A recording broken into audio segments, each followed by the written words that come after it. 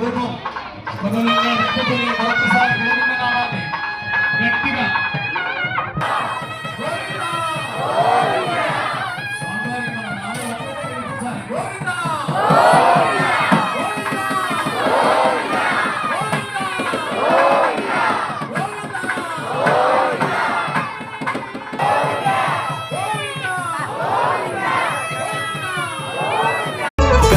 गमन तव चरण कमलमिह मनसि लसतु मम नित्यम् गरुडगमन तव चरण कमलमिह मनसि लसतु मम नित्यम् मनसि लसतु